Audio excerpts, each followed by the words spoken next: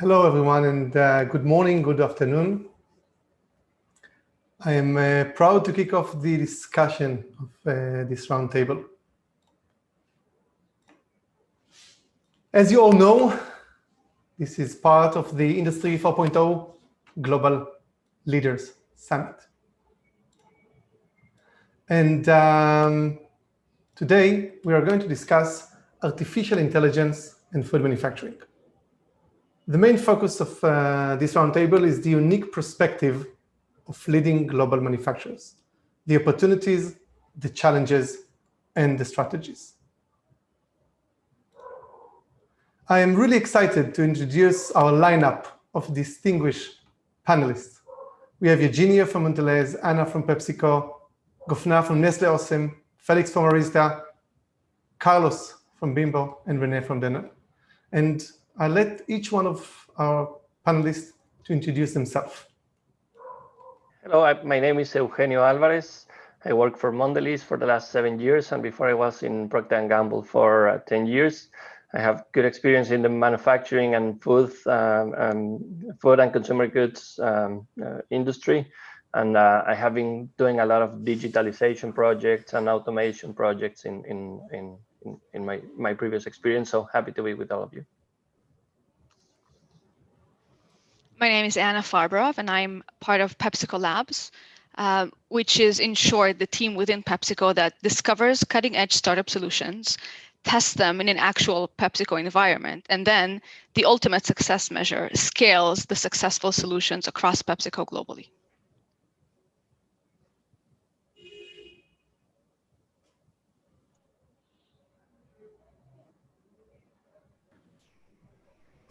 Hello, my name is Felix Schönemann. I work with Arista, which is a global bakery. My role is mostly focused on driving improvement opportunities across the different bakeries in the region and globally to some extent. And I'm excited to be on this round with all of you.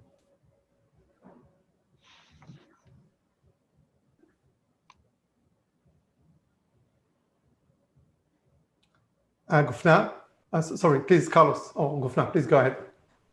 Hi, so I'm Gofna. I'm in charge of open innovation in Israel for Osem Nestle. I connect Israeli startup and innovation to Osem locally here in Israel and to the global Nestle. Previously, I worked many years in R&D and also in operations. Therefore, my passion to artificial intelligence and other things. My name is Carlos Heron. I'm working for Grupo Bimbo since 10 years ago. I am part of that team for IoT technologies right now, working on developing new tools for our operations. I'm very glad to be here with you. Good morning, good afternoon. My name is René Walewijn. I'm known as the Flying Dutchman. I'm a member of Danone Specialized Nutrition as Senior Process Manager. And I carry a vast knowledge on high heat treatment, evaporation technology, and last but not least, spray drying. My name is Liran Akavia. I'm one of the co-founders and the CEO of SIBO, and I'm very proud to host this roundtable. Today, we are going to discuss the deployment of artificial intelligence on the manufacturing process. When manufacturers around the world are looking on this step, they look at the opportunities on waste reduction, quality improvement, throughput optimization, and yield optimization. If we be more particular, they look at the reduction of reject due to weight and the reduction of net weight overweight, improving size and shape variability, improving quality, reduce raw material variance, and optimize the color. But at the same time, manufacturers are also looking at the challenges. And the three most common challenges that we see in the market are data, people, and business fit. When we look at data, it's the data availability, data readiness, and connectivity. When we look at people, it's the change management and the stakeholder alignment. And when we look at business fit, is the deep questions about the relationship between the business goal, the technology that we deploy, and what is the position of the business goal in our overall strategy. We see two common deployment methods in the market, or two common deployment strategies in the market. The one, we call it horizontal strategy, organizations that are building layers of optimization, starting from data aggregation, then to data visualization, and then to data analysis. And other organizations are choosing the lighthouse strategy, where they take a plant or a production line and they build the optimization of this plant or production line from 0 to 100 in an agile way. And once it works, they scale it up. And always, in all those discussions, there is a big question about the business case. Where does it fit, and what is the role of the business case in the strategy? The panelists here, each one of them is looking on the opportunities, dealt with the challenges, chose the strategy, and discussed the business opportunity. Today, on this roundtable, we are going to ask each one of the panelists of their specific experience and their recommendations to other executives on this wonderful journey. And if it's okay, I would like to start with you, Eugenio. We are working for a long time now together, and you have vast experience in testing and deploying technologies in manufacturing, from process simulation and modeling to artificial intelligence. And I would like to ask you two questions. First one is if you can outline some of the opportunities, challenges, and strategies that you saw and deployed. And the other question is obviously, what is your recommendation to other executives? Absolutely. So first of all, it's a big opportunity we all have in front of us. The way I have seen it is starting from the plant perspective, from the automation perspective, seeing all the opportunities that we have on the business. We have identified that there's new technical solutions. We are the automation guys, so we like new technologies. We're in touch with new technologies, and we're in touch with the business. So let's say the nice part is testing different solutions where it matters most to address the key business issues that we identify. Very, very specific on this forum is the process-based artificial intelligence. The way we saw it is we have company know-how, we know how to make the products, we have R&D knowledge and manufacturing knowledge. But putting these new solutions are much data-based and I'll say more instantaneous analysis. Without this technology, we were used to do offline analysis, which takes time, a big panel of experts with previous experience. What we have now is online data. We have real-time recommendations with artificial intelligence algorithm telling us new findings every time or new insights. So these new tools for me have been a really good experience to know the technology, know the need, and make a good match. So tackle the right solution for the right problem. Specifically working with Cibo, for example, in a very agile methodology, we implemented in 3 months, connected 7 different data sources, and we started to see the value of the data, the value of the analysis, the correlations that we have in the multiple systems. One of the challenges we have seen is, of course, the change management or the cultural shift, doing things the new way and looking at the data instantaneously and taking action, some things that we were not seeing before, and at the same time trusting that the data, well, of course we need to validate the data, but trusting that the data is telling us good information that we need to react to.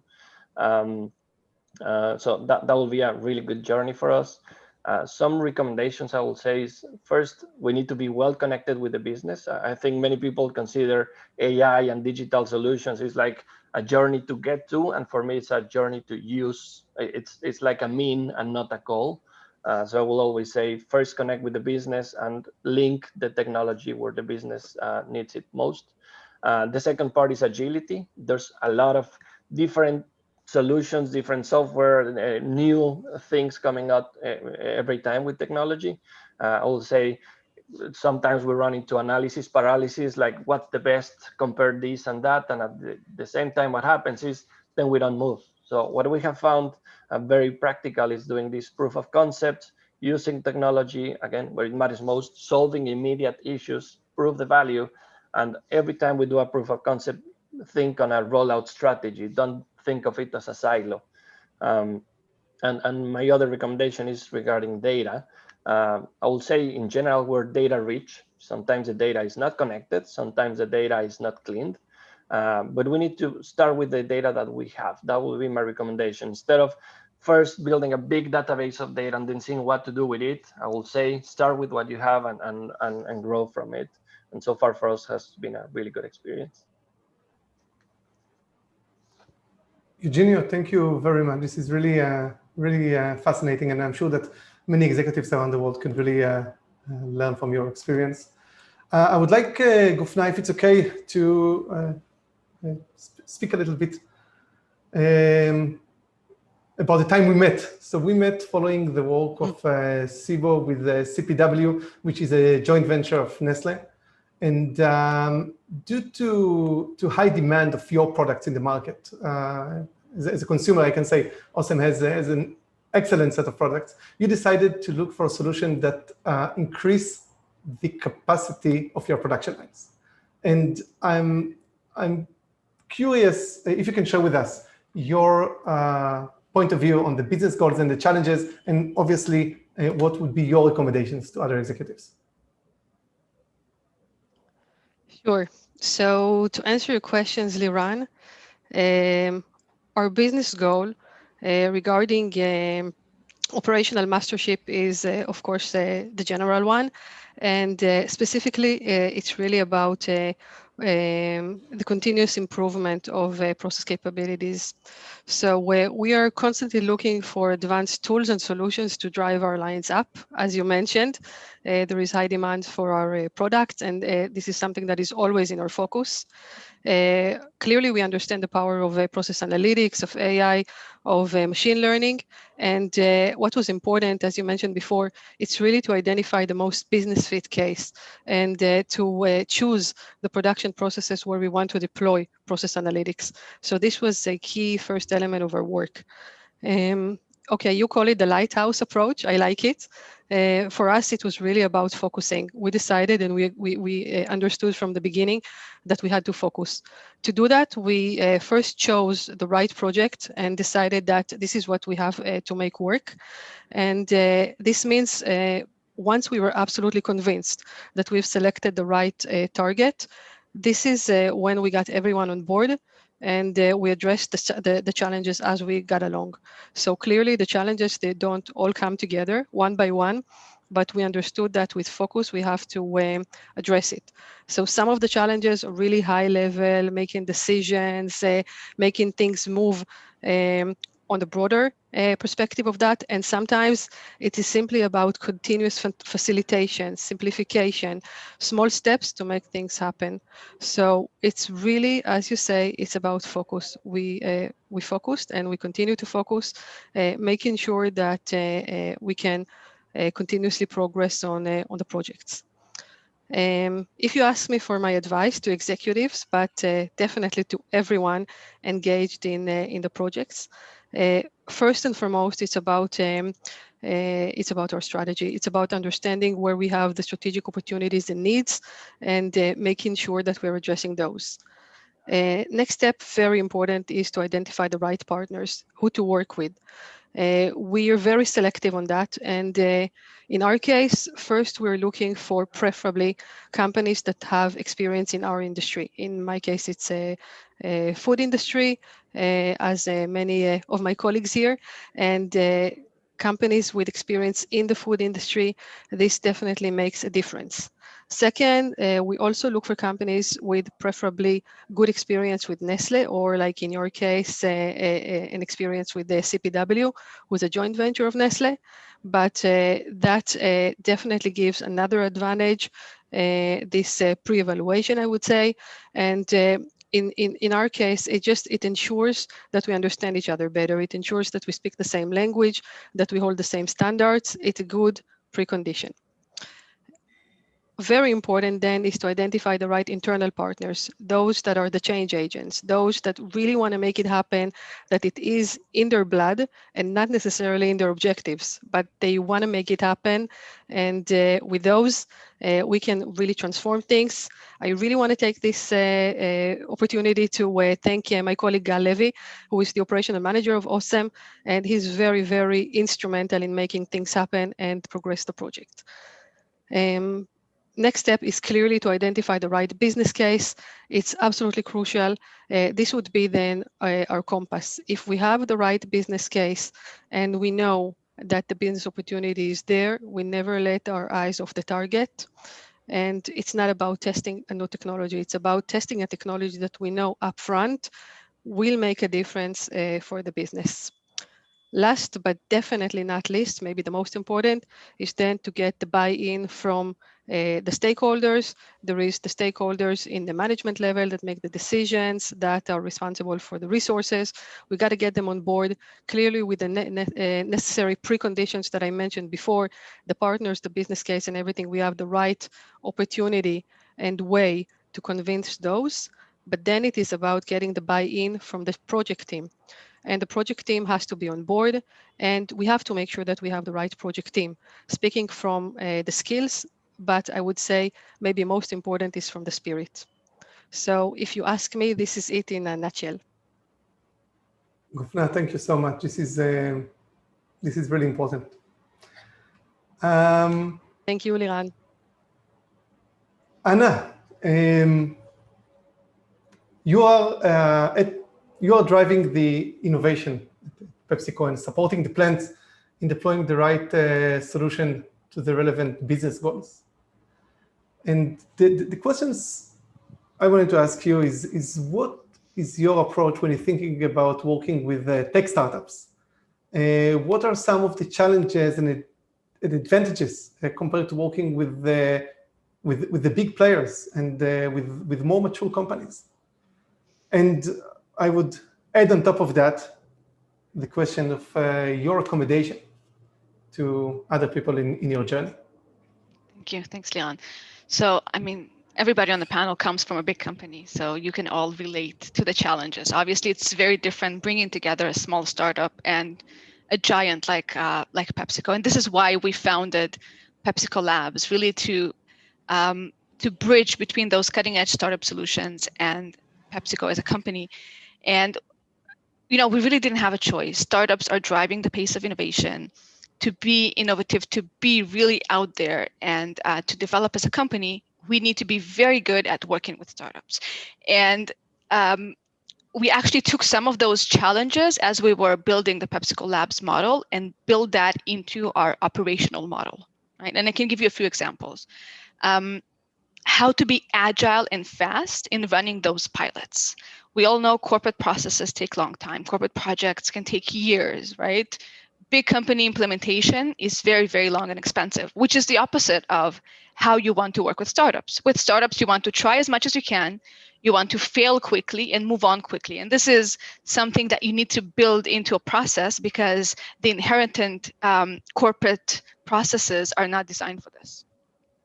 I guess another thing I can highlight is how do you identify the right solution? There are many startups out there, many amazing technologies, but many of them are very early stage. So they won't necessarily have the traction and the experience. So how do you tap into the global ecosystem of startups, and how do you make sure that you have access to the best of the best, right? You're not wasting time on startups that will not succeed eventually or will not be able to deliver eventually. And I guess the most important one, at least in my eyes, is how do you build the partnership? Because it's not a regular vendor-customer relationship, right? It's not you issue a PO, you come back in 6 months and you have a working solution. You really need to hold hands with those early stage solutions, even if they're a bit more mature, right? Even if the startup is already at A or B and has something that's working, but it's not a plug and play. So you need to build that relationship and change the mindset of the people, of the business people partnering with the startup. And then if I continue to the recommendations, which I think I'll repeat something that you've already heard, right, from Gufna and Eugenio. The first one is focus, right? focus on the right business needs, focus on the right business teams, stay close to the problem, and partner with the people who will be executing the solution. Because it's very easy to stay in your corporate ivory tower and not know how this is going to be implemented. And this is how it's very easy to fail. The second one, again, relationship. It's all about people. So you need to build that partnership and relationship internally, top down from the executive level, and bottom up from the engineer that will actually implement the pilot and the solution in the manufacturing plant, but also with the startup, right? So we call it kind of a bit corny, but one team, one dream. So if you bring everybody together, internal and external, and you create an alignment of incentives, this is how you will work. Because if everybody is running to different directions, and we all know each function has its own KPIs, deliverables, kind of goals, it doesn't work. So you need to bring everybody together to feel like it's one team. If the failure is everybody's failure and the success is everybody's success, and we all celebrate that together. And the last one, again, on kind of agility and speed.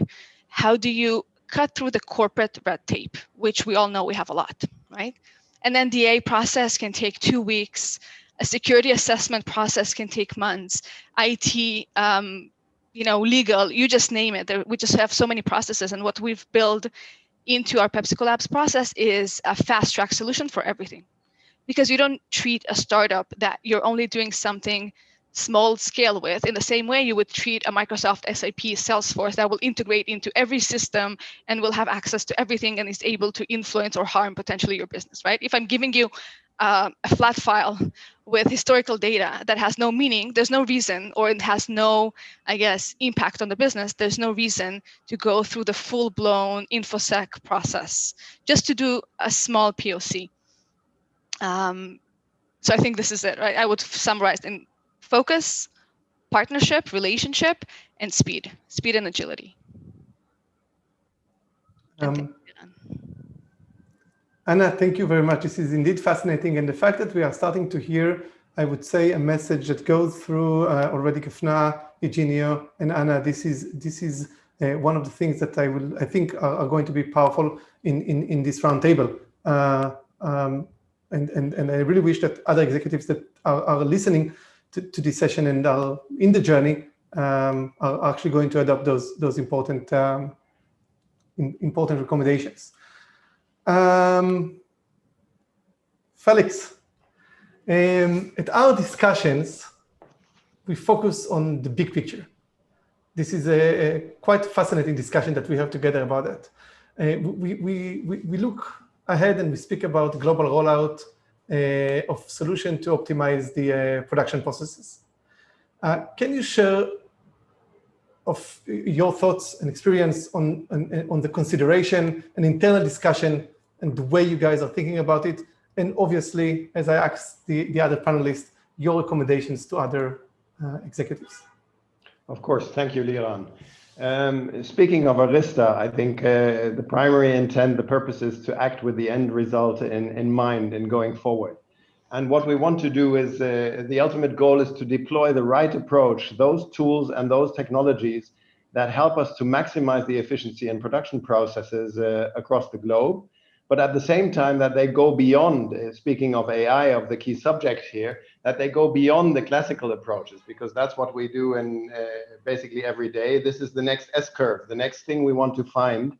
And yeah, we don't have a kind of lab solution like PepsiCo, but we still obviously want to identify the points where we can go the one step further that we didn't believe possible before. And the hope is to find that in these kind of solutions that, for example, SIBO is building. Going back to the bigger picture that you addressed, some criteria that I feel important for consideration in this regard is, obviously you have the typical things, the company structure. Is there an established center of excellence that defines uniform standards worldwide, or is it more a local for local creative innovation agenda that is being going on? In either way, it doesn't really matter. In any case, we need a solution. It's not about a technology. We look for a partner who basically understands the industry, who knows the sector that we're active in, and who brings specific experience and actually wins over by showing concrete showcases in exactly what we're trying to look for ourselves. Of course, that says we're not trying to invent anything here, but we want to bake bread and not invent the new programming. So we're keen to find out. There's no problem in stealing with pride there. Hence, we need a partner in that setup. And then internally, and going back to the company structure as such, it comes ultimately to the question of how do we generate the first believers? Where do we find those believers? Choose the stakeholders, find the right operations leaders that are actually most agile and open to do something new and experiment a little bit. Quick failure was pointed out just earlier. That has to be accepted. That has to be understood if we go forward, and that's a risk that everybody needs to be aware of in that way. But you can't have both without that. So the approach we took, and that's a part that we've been actively engaged with, is really to pick a site that is easy to start with. It has the infrastructure, the portfolio, the product portfolio that is, let's say, doesn't allow for too many arguments around exceptions later, etc. And we're not interested to boil the ocean, but be lean and learn quickly on a small scale, get a successful pilot underway, and then expand, building on the proof we established there by having brought in everybody on the journey there. So, yeah, I think that's in essence the storyline that I'd give around the global rollout. The recommendations from my side that I'd like to leave in relation to the answer for consideration, at least, is when we start, or when to start, think about the complete roadmap and do plan ahead. Because once that becomes successful, you'll immediately notice that the next bottleneck is, and now what? Where next? Yeah. What and where exactly do we do next, given that we have a pilot success, and a pilot might just be small, right? So that needs to be already communicated and planned well ahead. Another point is really look for a solution that meets your exact requirements. A lot of this, particularly in this space, is a cool thing. It's sexy. Everybody thinks it's good stuff, but at the same time, it's critical to avoid deploying a technology that nobody needs, perhaps yet, or nobody knows what to do with. So it requires a sensitive analysis up front. And then as a last point, I think select carefully and choose the key executives and the responsibles that you need to be involved throughout the entire journey, already at the pilot stage and going forward. Because you will need to get that buy-in, the acceptance up front that this is a strategic initiative. And it's better to have everyone involved from an early stage, looking at showing results, showing the achievements on the journey there, and to support that pilot, because once that has happened, the rollout then becomes gains a momentum of itself, and then I think the story is on. Perhaps that's from my side input, Liran. Felix, thank you very much. Those are indeed the important insights that could be great guidelines for anyone that is going in this journey. My next question will be for Carlos. Carlos, you are leading smart manufacturing, or in your words, it's a GB Connect, at the largest bakery in the world. When thinking on process optimization at manufacturing, how do you decide where to focus? How do you choose the right business case? What's the relationship between the business unit in your large organization and your deployment strategy? And obviously, what are your recommendations for other organizations?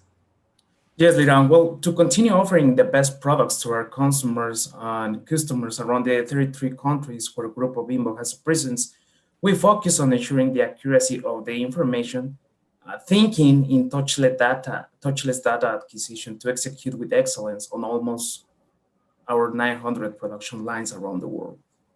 One of the aspirations in Grupo Bimbo Vision 2020 is to transform the baking industry. And just as you say, to achieve this aspiration, a framework called GB Connected was created through the Global Operations Office. And with GB Connected, we are ensuring the measurement basically of the OE with a standard format for all bakeries. We have also incorporated other use cases to measure energy consumption in our operations and have better asset management. And also we are adding other initiatives for waste reduction. All this GB Connected help us to reinforce our commitment to acting responsible in the economic, social, and environmental spheres. Our three recommendations that we would like to share with you. Daniel Cervinge, CEO of Grupo Bimbo, says, think big, start small, and scale is fast. Under this premise, we create an internal product inside GB Connected instead of having a large project, with the main characteristic of being flexible to adapt to any physical, social, and economic condition. With this, we were able to achieve in almost 6 months, connecting about 100 bakeries with an implementation cost reduction of about 300%. In Grupo Bimbo, we value the person, and with GB Connecting, we're adapting the technology for our associates and not the associates to the technology. This principle had a favorable impact on change management during the adoption process, which was really important for us.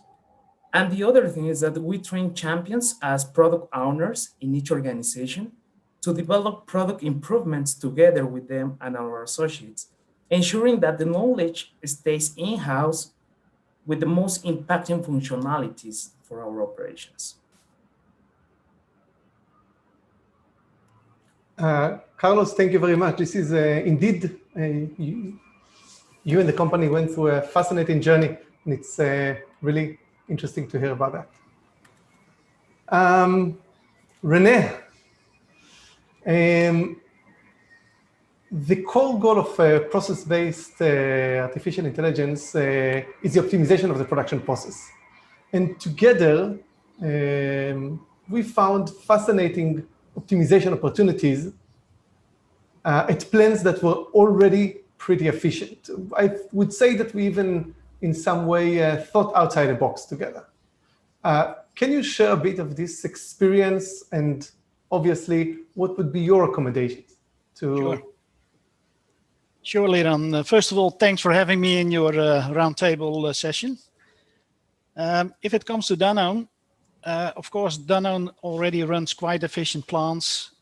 And in general, we are quite happy with our level of control on our processes. So in that respect, we are quite happy. But there is also Industry 4.0. We have mega data analysis. So we started to think out of the box, as you mentioned. And at thinking out of the box, first of all, we already had a quite strong focus on operational efficiency, energy and water consumption, and last but not least, product losses, because those parameters determine your cost price of your products, and we want to keep the cost as low as possible, of course. So when thinking out of the envelope or out of the box, what we were really looking for was, in practice, we wanted to avoid unexpected downtime, for instance, and to have early warning systems for the operators, because if the operators could see that something is going on in the process which they normally don't see from their screens, then they could avoid stoppages and they could avoid downtime. So that could be a very strong tool to keep the operational efficiency as high as possible. So then we met SIBO, of course, to reconsider part of our very basic assumptions and to challenge the core assumptions. For instance, we asked, what if we could do X instead of Y? And the limitations that we operate, are they according to the real limitations of, or is there more into the process to be gained, so to say? So what if we could do even better was the message to SIBO. And together we developed actually quite a practical sequence, because it all starts with a historical database. And this historical database, for most of you, will be generated every day you manufacture your products. And these historical database is commonly used for tracking and tracing purposes, just to keep up your quality and food safety of your products. But in this case, this historical database was actually shared with SIBO, and to come to, let's say, link the causes to the effects of certain issues in the manufacturing process. And that went actually quite successful, so that we now can predict what, in an early stage, what happens in our process, and then the operators can actually do the appropriate things on beforehand. So my top 3 recommendations for other executives would be, first of all, reconsider your basic assumptions. By doing that, you can take the process efficiency to the next level.